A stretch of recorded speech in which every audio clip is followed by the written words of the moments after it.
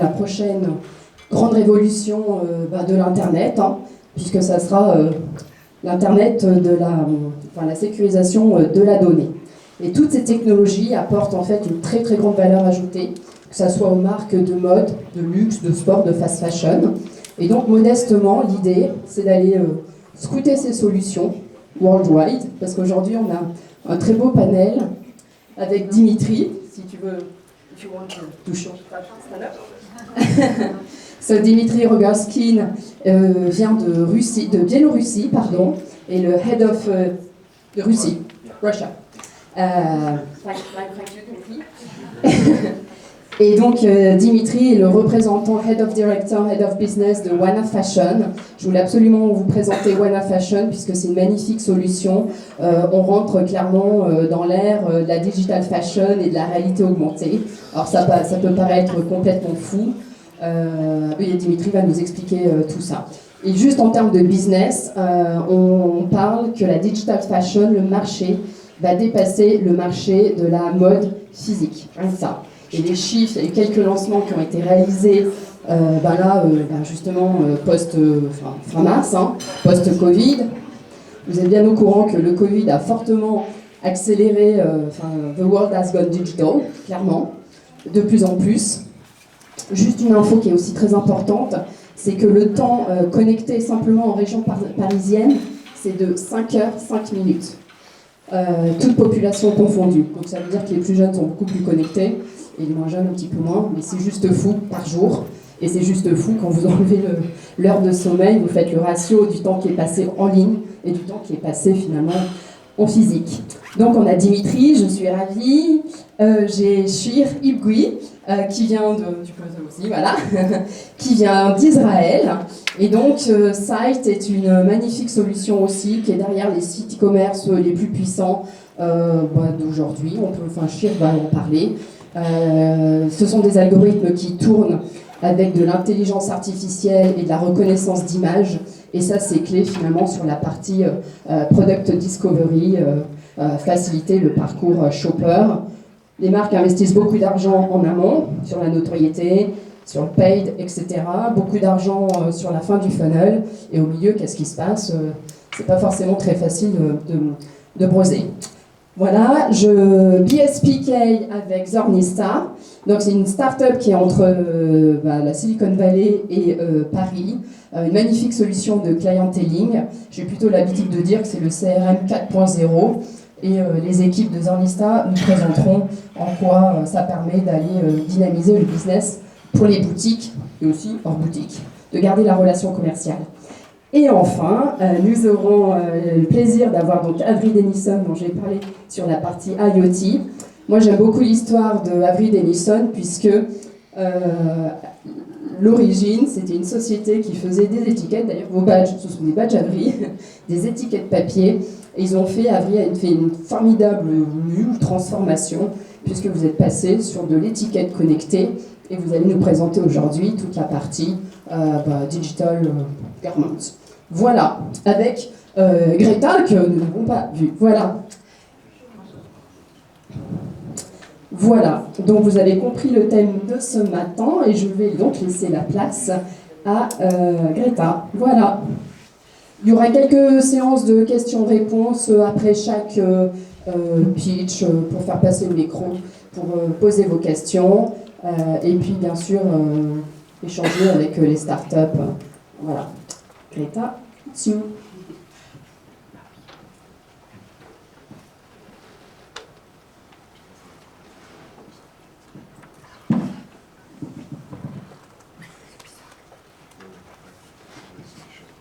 Ok, la pression de la première aujourd'hui. Ça y est, j'en tire le point. Donc je me présente d'abord. Je m'appelle Greta Moser, je suis responsable développement produit chez Avery Dennison. Je vis en France depuis 10 ans. Je viens de l'Argentine. Donc aujourd'hui, on va parler de la circularité. Comme Avery Dennison travaille sur des solutions pour la circularité et pour le changement climatique. Donc nous allons vous présenter des solutions, aussi des insights, et aussi comment on peut faire pour rendre les étiquettes intelligentes, comme elle a évoqué Valérie tout à l'heure. Alors, notre planète subit des désastres climatiques sévères en ce moment. On parle des inondations en Europe, en UK, des incendies en Turquie, en Grèce, mais aussi l'Haïti a été frappé par des tremblements de terre. Au Texas, aux États-Unis, les gens ont resté suite aux tempêtes pendant 2 jours sans eau et sans électricité. Nous sommes tous impactés, d'une façon ou autre, par les effets des changements climatiques. Et nous avons moins de temps pour agir et prévenir les dégâts irréversibles. Le changement climatique est la force macro-mondiale qui a des gros impacts sur les entreprises, l'économie et les cultures au niveau individuel et sociétal.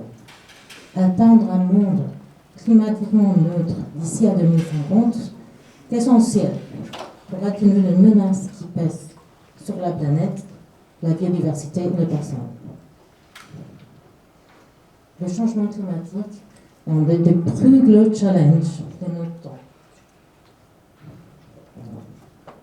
Ça va? Ok, pardon.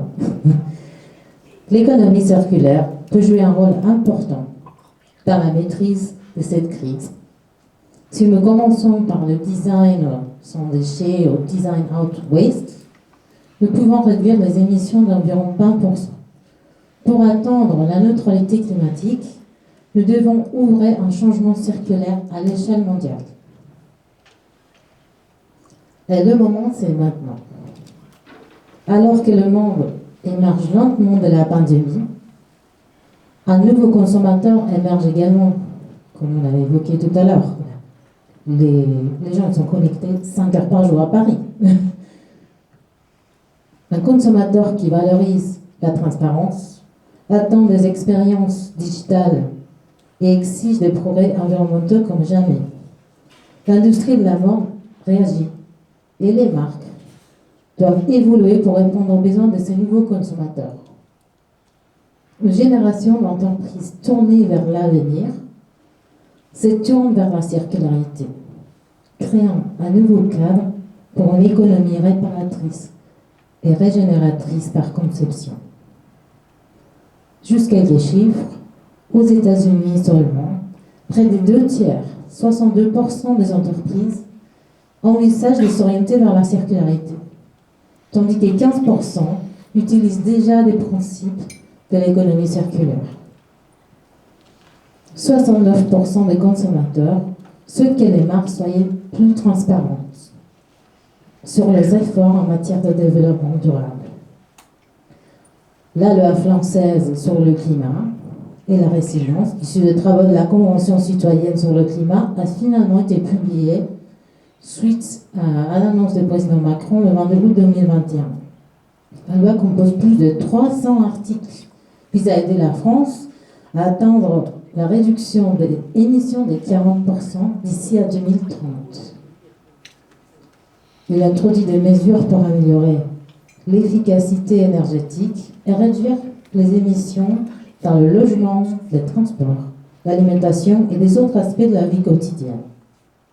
L'article 2 prévoit l'affichage obligatoire d'un score CO2 sur les produits et services afin d'informer les consommateurs sur l'impact climatique avant l'achat.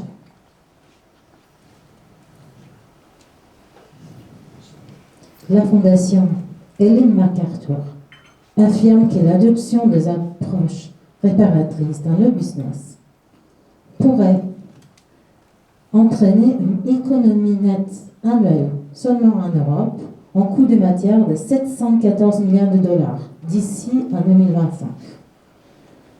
Tout cela signifie qu'au cours des prochaines décennies, il ne sera tout simplement pas acceptable pour les marques de vendre plus de produits sans offrir également des options qui soient recyclés, revendus, réparer. Bien que ça peut sembler un peu menaçant pour les marques, ça offre une opportunité de créer des nouveaux revenus fidélisés grâce au service après-vente et la circularité. Mais pour accélérer la circularité et entraîner un changement de mentalité en masse, il existe un besoin urgent de solutions end-to-end qui offrent transparence et confiance aux entreprises, mais aussi aux consommateurs dans les différents secteurs.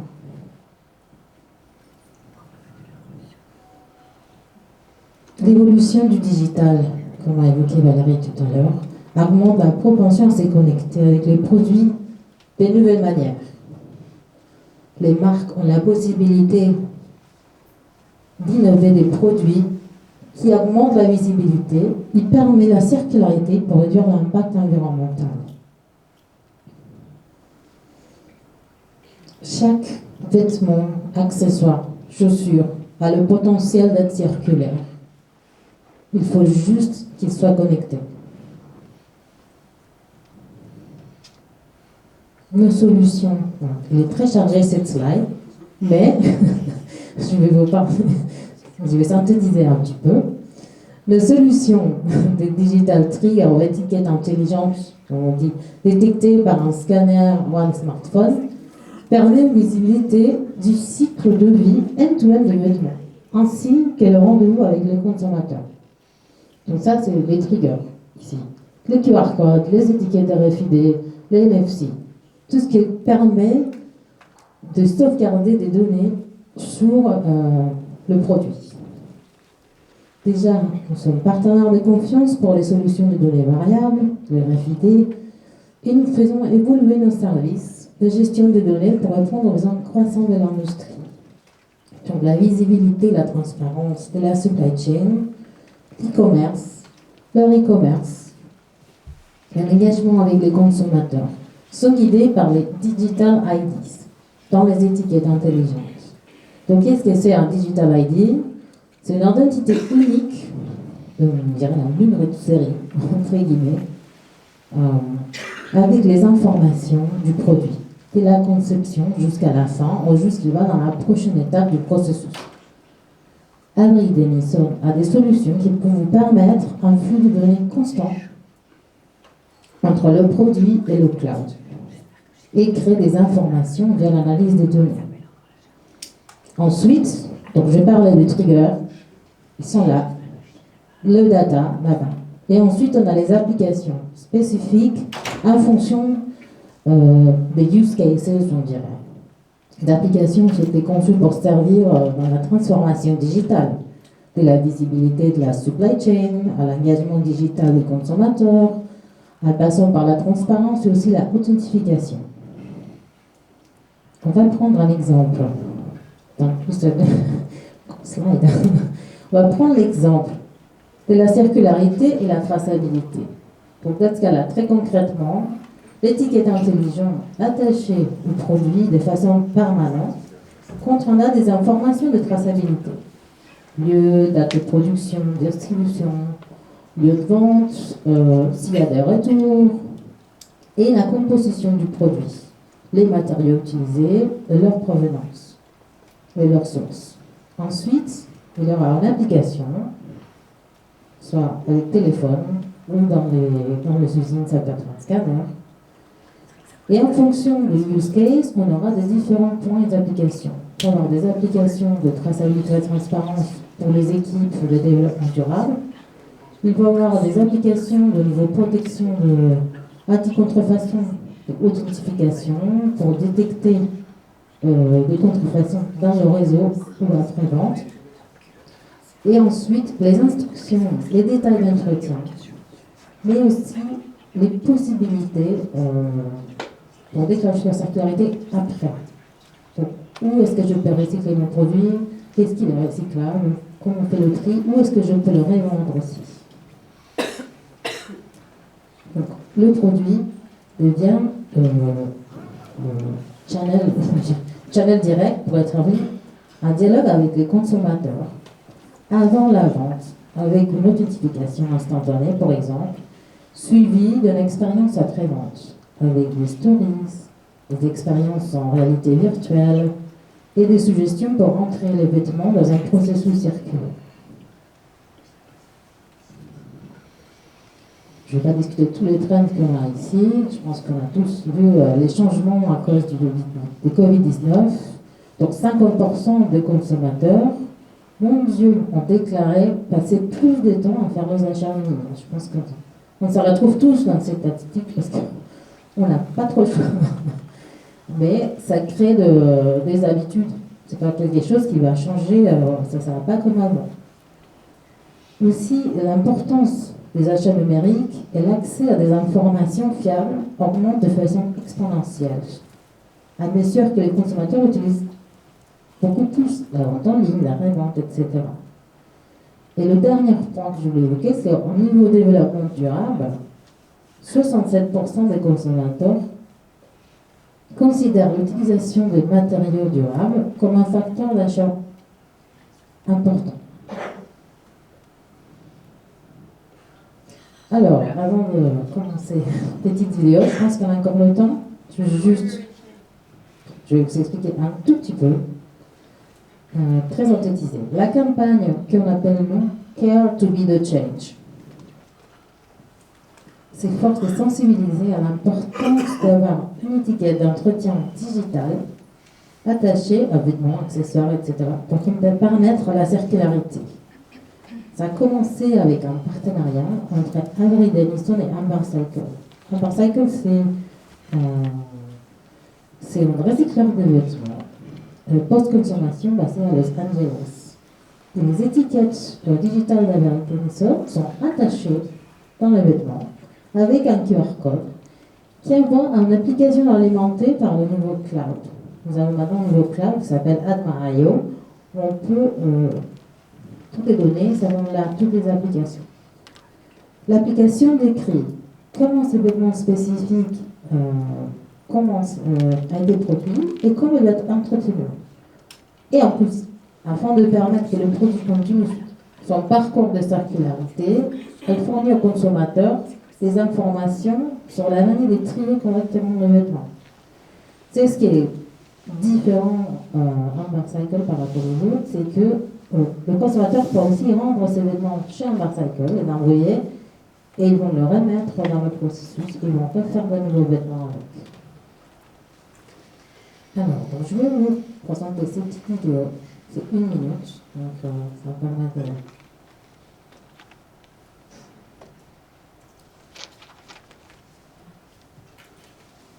Amber Cycle is working to make circularity a reality for the fashion industry. Every year, 160 billion garments go to landfill. Our ambition is to take all the polyester that's already above ground and regenerate it into Cyclora material. Amber Cycle has partnered with Avery Dennison because it really just goes hand in hand, the digital infrastructure that the digital care label provides with the physical infrastructure that Amber Cycle provides. Once someone scans the QR code, they unlock a whole new universe of information. Now, the physical infrastructure and the digital infrastructure can be connected to create that full closed-loop solution. We hope our partnership with Avery Dennison becomes a cornerstone for what the fashion industry, retailers, and brands might think about when they start designing for circularity.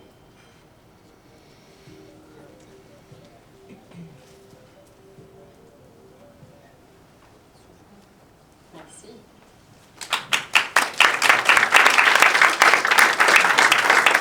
Merci beaucoup à tout le monde. Il me reste encore un petit moment de questions. Un tout petit peu. Sinon, je vous invite après à discuter. On a aussi mis un QR code, bien sûr, parce qu'ils sont partout. Donc, si vous voulez savoir un peu plus sur les solutions, il faut juste scanner le QR code. Ça va vous amener sur notre site, formulaire de contact. Aussi, si vous voulez savoir plus sur Amber Cycle, sur notre initiative. Merci beaucoup. Et je laisse la parole maintenant au prochain speaker. On peut prendre une ou deux questions pour Avery Dennison si vous voulez. Sinon, si. Peut-être. Des exemples de clients. Des exemples de clients Des clients à forte notoriété. qui utilise déjà la solution. La solution Digital Care Label. Ouais, déjà, peut-être on peut dire que vous avez travaillé avec des leaders de l'industrie sur la RFID, des gens comme Zara, on peut les mentionner. On travaille avec Zara, avec Decathlon, Patagonia. C'est vrai que c'est une nouvelle solution et ça demande un changement. Et aujourd'hui, les lois ne permettent pas d'enlever l'étiquette d'entretien avec tout le détail, ces petits livres-là. C'est pas possible. Mais l'idée, c'est de le rajouter. Pour pouvoir donner cette information aux consommateurs. C'est le use case de Digital Care Label, c'est plus facile de mettre en place que une solution de traçabilité. Il y a moins de touchpoints sur le dos. Et depuis quand êtes-vous sur le marché? Enfin, depuis quand avez-vous lancé la solution? Depuis cette année. Ah oui, oui. Cette use case en particulier depuis cette année. D'accord. Notre plateforme, nouvelle plateforme à Merci. Merci beaucoup, Greta. On va poursuivre avec BSPK et Zornista. Zornista, la parole est à toi. Hello. I hear there are problems with the microphone, so please let me know if you can hear me. Yes. Good, excellent, thank you. It's a pleasure to be here, and I'm very excited to present to you BSPK, a company at the center of a major shift in how brands engage with customers by bringing the emotion into the customer engagement. Emotion is the heart of purchasing decisions. For the times and things that matter, discovery, 80% of discovery begins online. 90% of purchase conversion happens in the store or increasingly online with the help of a salesperson. How about engagement? Well, let's talk about that. The old way to engage customers was through the tools available in new boutiques to process purchasing transactions, notably the POS. The customer comes in, they buy something. Digitally or on paper, you capture their CRM information. And then the obligatory monthly newsletter follows by email. And for the few customers that qualify for extra attention, it's possible to print out the customer list from the CRM and offer the store manager the opportunity to choose which customers should receive a phone call. So that's the old way. Our new reality. Nobody reads emails. We are on WeChat, WhatsApp, messages, we're talking to our friends, we're video streaming. We're busy. We're overwhelmed with marketing and messages. And when we shop, we have a lot of choices. My Teresa, Farfetch, your brand's website, any other brand's website. So in this environment, how do you differentiate? Brands have invested tremendously in the store experience. When you walk into a store today, it's gorgeous, it's pleasant. There has been increased investment in curation and also staff training. And I can attest this as a lover of luxury. Today, when I walk into a boutique in Paris, I have a much better experience than I did 2 years ago. I'm greeted, people are polite, they're welcoming. It's nice.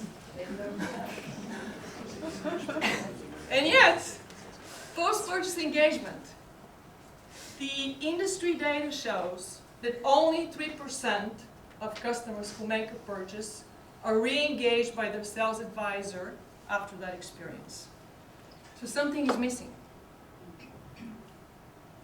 If we flip that, 97% of the time, the opportunity to engage the customer and to leverage all these investments is lost. This is the problem BSPK solves. Our mission is to create and to offer a new channel of communication that connects brands and customers in a way that builds trust and loyalty. BSPK is the only out-of-the-box, easy-to-use, and easy-to-adopt solution that solves this problem today in a single app for your sales advisors. There is nothing for the customer to download. BSPK is connected to Line, Messages, WhatsApp, WeChat, email, video, SMS, and on our roadmap and development, augmented reality. BSPK is available anytime, anywhere, from your website, in your stores, through your concierge desk. And it provides an immediate connection to the customer. For the brands or customers, BSPK provides unprecedented visibility into the quality of your customer experience. It also allows you to enrich and leverage and protect your customer data when the sales advisor leaves.